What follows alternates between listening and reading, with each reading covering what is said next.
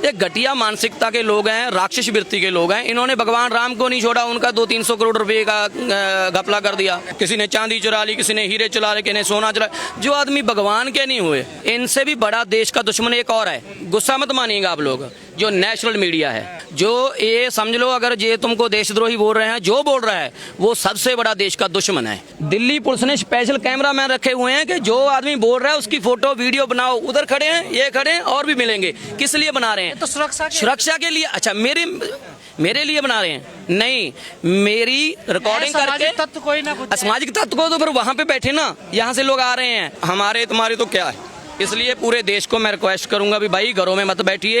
ये सिर्फ इन बच्चों की बात नहीं है, इनका सिर्फ डिमांडें जो है ये इनकी नहीं है, पूरे देश को बचाने की बात हो रही है। आप घर से निकलिए, अगर यहाँ पर नहीं आ सकते तो आप अपनी स्टेट के गवर्नर हाउस के सामने बैठ जाइए, सीएम हाउस के सामने बैठ जाइए। वहाँ नहीं जा सकते तो अपने जिले में, अपने डिस्ट्रिक्ट में जाइए, वहाँ डीएम डीसी के ऑफिस के सामने धरने पे बैठिए। अगर इतना भी नहीं कर सकते तो अपने परिवार में बैठकर वीडियो बनाकर डालिए, सरकार के खिलाफ करिए, क्योंकि आपकी चुप्पी सरकारों को समर्थन देने के बराबर है। जब आप चुप करके बैठ जाते हो, हमारा मुद्दा नहीं है, जहाँ डर जाते हो, तो सरकारें ये दिखाती हैं दुनिया को कि इनको थोड़े से लोगों को प्रॉब्लम है, दूसरे को किसी को प्रॉब्लम नहीं है। लेकिन ये मत सोचिए, ये प्रॉब्लम सबके लिए है। अभी झुग्गियां तोड़ी जा रही है, रेल बेचा जा रहा है, बेल बेचा जा रहा है, पोर्ट बेचे जा रहे हैं, हमारी जंगल की ज़मीनें बेची जा रही हैं, आदिवासी को जाड़ा जा रहा है। नंबर हमारा भी आने वाला है।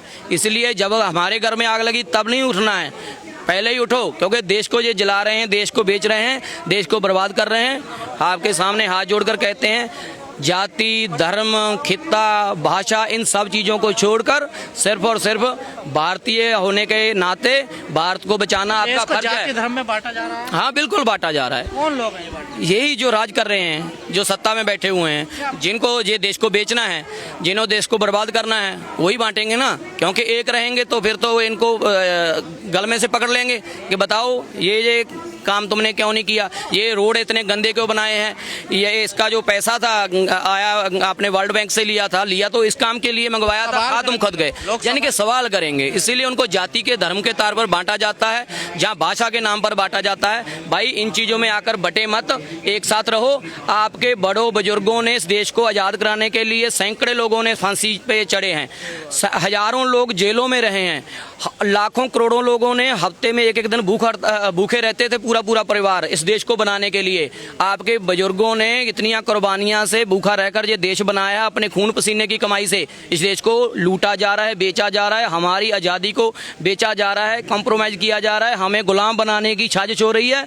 अगर आज आप लोग नहीं बोले, जैसे आज हम तो अपने बुजुर्गों पर फख्र करते हैं, आने वाली नस्लें हमारा नाम लेना भी जरूरी नहीं समझेगी। वो शर्म मानेंगी कि हम उनके, हमारे पूर्व जैसे थे, जब देश को लूटा जा रहा था, बेचा जा रहा था, जो लोग लड़ रहे थे, हमने उनका साथ नहीं क्यों नहीं दिया। वो गालियां देंगे, हमारे बच्चे हमको गालियां देंगे। आज आपने भी सुना होगा, शिक्षा मंत्री कह रहे हैं कि जो जंतर मंतर पर आंदोलन कर रहे हैं छात्र, ये दहशतगर्दों की बी टीम है। भाई ऐसा बोलना चाहिए? हाँ, बिल्कुल नहीं, वो बोल सकते हैं। जो आदमी खुद 18-19 बच्चों का कातिल हो, वो तो सिर्फ इस बार का है। अगर उसका पूरा कार्यकाल देखे तो सैकड़े बच्चों को जिसने खुद कत्ल किया है, तो वो तो भाई जो खुद दहशतगर्द है, वो सामने चोर को सामने कौन दिखता है? उसको सब चोर ही दिखेंगे। जो ये समझ लो अगर ये तुमको देशद्रोही बोल रहे हैं, जो बोल रहा है वो सबसे बड़ा देश का दुश्मन है। और खास करके इनसे बड़ा दुश्मन मैं एक और पार्टी को मानता हूँ। सरकार से सवाल पूछो, मेरी बात सुनिए ना, इनसे भी बड़ा देश का दुश्मन एक और है। गुस्सा मत मानिएगा आप लोग, जो नेशनल मीडिया है। वो ये तो आई लूटने के लिए थे, लेकिन वो जो मीडिया था उसका काम था इनसे देश को बचाना, लेकिन वो देश को लूटने में इनके साथ मिलकर साजिशें कर रहे हैं और लोगों को बदनाम कर रहे हैं और लोगों के सामने सच्ची बात जाने भी नहीं दे रहे हैं। वो इनसे भी बड़े देश के दुश्मन हैं। ये 2 नंबर पे आते हैं सरकार में बैठे हुए लोग, पहले नंबर पे मीडिया है। क्या देश बर्बादी की तरफ जा रहा है? हाँ बिल्कुल, सब कुछ तो बेचा जा रहा है। आप मुझे एक डिपार्टमेंट बता दीजिए जिसके डिपार्टमेंट ने अच्छा काम किया हो, जहाँ जिस डिपार्टमेंट के मंत्री ने अच्छा काम किया हो। हम गडकरी साहब को अच्छा मानते थे, लेकिन जब उसके बेटे ने इथेनॉल की फैक्ट्री खोली है, तब से वो भी देश का दुश्मन बन के अपने बेटे के लिए सब कुछ बना रहा है।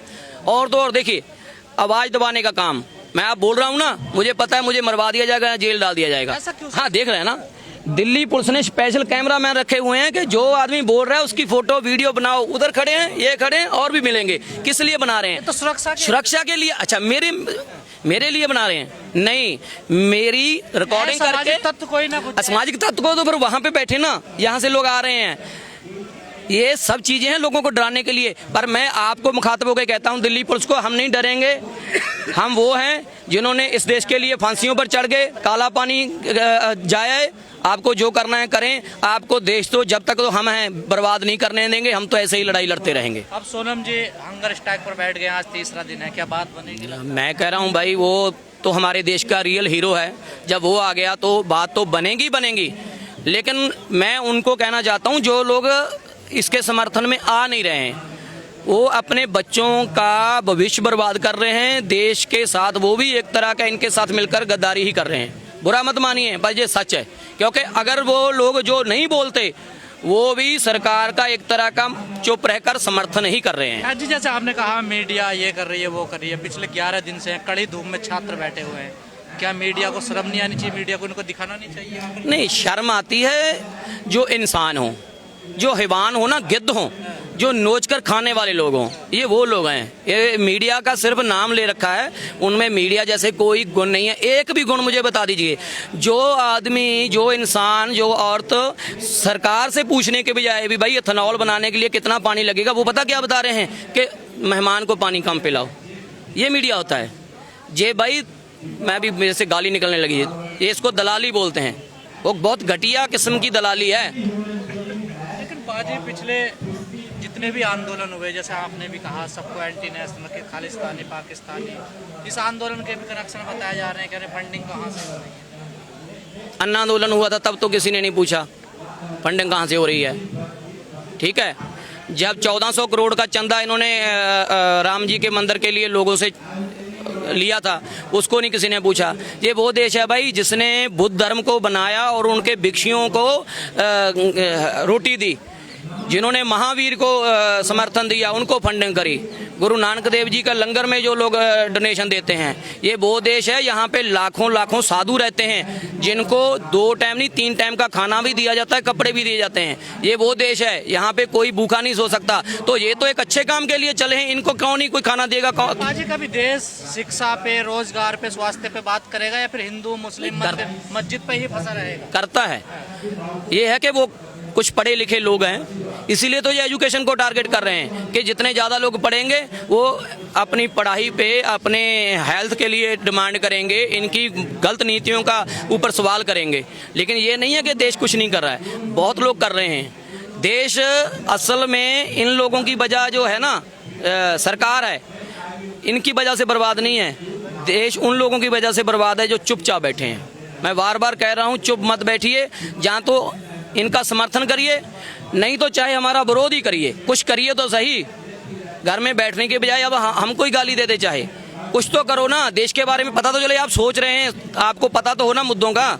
चुपचाप रील में देखना या बनाना वो देशभक्ति नहीं है। क्या सरकार की प्राथमिकता में नहीं है शिक्षा? नहीं है, उनका तो काम है। 93,000 स्कूल बंद कर दिए, आपको लगता है वो शिक्षा के बात करेंगे? वो तो शिक्षा को उजाड़ रहे हैं, लोगों से घरों के घर तोड़ रहे हैं, वो जंगल उजाड़ रहे हैं। उनके एजेंडे पे ना आम आदमी है, ना पर्यावरण है, ना उनके एजेंडे में हमारे देश को आगे ले जाना है।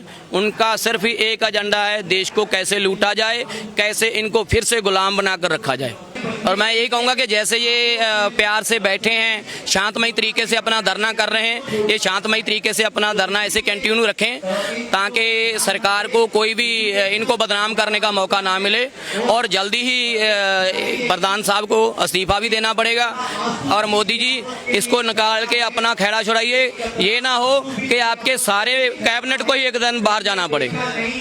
आप भी लगातार इस आंदोलन में है, कई बार हमले भी हुए हैं इन बच्चों के। हाँ, वो होते रहते हैं। वो तो आप जामिया से शुरू करें, शाहीन बाग से करें, किसानी आंदोलन से, हर जगह होते हैं। और बदनाम भी हर जगह को करते रहें, कभी फंडिंग की बात करेंगे, कभी एंटी नेशनल, ये चीज़ें तो चलती रहती है। ये मैंने नहीं रखता है। ये अगर हम सब्र से चलेंगे, शांत भी तरीके से चलेंगे, तो इनके जो सारे प्रोपोगंडा हैं, ये जो इनके साथ चालबाजियां खेल रही हैं, ये सब दरी की दरी रह जाएंगी। सही है एंटी नेशनल कहना? वो खुद एंटी नेशनल है। देश को बेच रहे हैं, लूट रहे हैं। वो तो गडकरी साहब कह रहे हैं जो पानी की बात करे वो भी एंटी नेशनल है। अब आदमी पानी भी ना मांगे, खाना भी ना मांगे, शुद्ध हवा भी ना मांगे।